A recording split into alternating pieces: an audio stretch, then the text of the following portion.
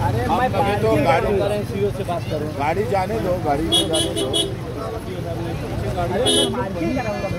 कोई गाड़ी नहीं लगेगी सर, यहाँ से एंट्री वाली हम यहाँ रोक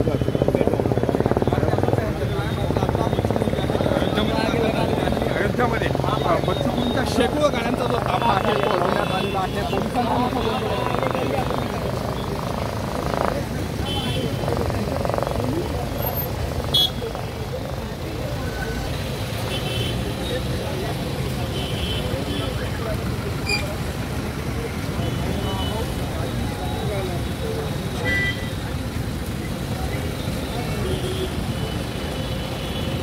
काही कारण तर नाही आहे, म्हणजे आमचं काही आंदोलन नाही आहे, फक्त आम्ही पूजेसाठी प्रभू रामचंद्राच्या पूजेचा आम्ही पण शेतकरी म्हणून तेवढेच हकदार आहे।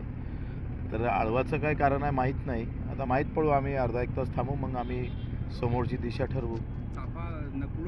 काय भूमिका असणार आता सगळे मिळून तिवारी जी आहे, मिश्रा जी आहे, हे मिळून आम्ही निर्णय घेऊ। काय उत्तर प्रदेश सरकार गळचेपी करते, बच्चूकडून धसका घेतला नाही, धसका घ्यायचं कारण नाही, पण पूजेसाठी न जाऊ देणे याचं मला नवल वाटतं।